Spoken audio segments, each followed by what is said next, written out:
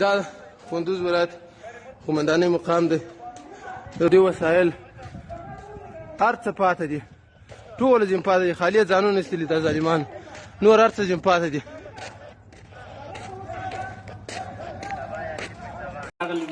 خپل رئیس صاحب د هارون او معاون صاحب زاهد جان هغه هم راغلی، نور ټول ملګري دي، نو دلته تشریف راوړی او الحمدلله د کندوز ولایت ملکي خلکو د مجاهدینو ډېر ګرم استقبال وکړو او خوش آمدید ورته ویلې او د ټولو خلکو سر او مال په امن کې ده، که څوک اردو یا پولیسو کې یا امنیت کارکوونکي وي هغه دعوت الارشاد سره رابطه وکړي، هغو ته به خط ورکول کېږي او خپل کورو کې به خپل بچیانو سره به زندګي کوي. دا زموږ ګډ کور ده کندوز، ټول خلک په دې کې حق لري خپله زندګي وکړي او نه دي تښتي، او کوم کسان چې میدان کې دي هغو ته موږ دغه وایو چې هغه دې مراسي دلته تسلیم دي سي او جنګ دې نه کوي، جنګ کې دوی ګټه نشته، تاوان یې ده. نو ټولو ته دې موږ دغه درخواست هغه دې راسي او سلاګانې دې کېږي او امارت اسلامي ته تسلیم سي. ډېره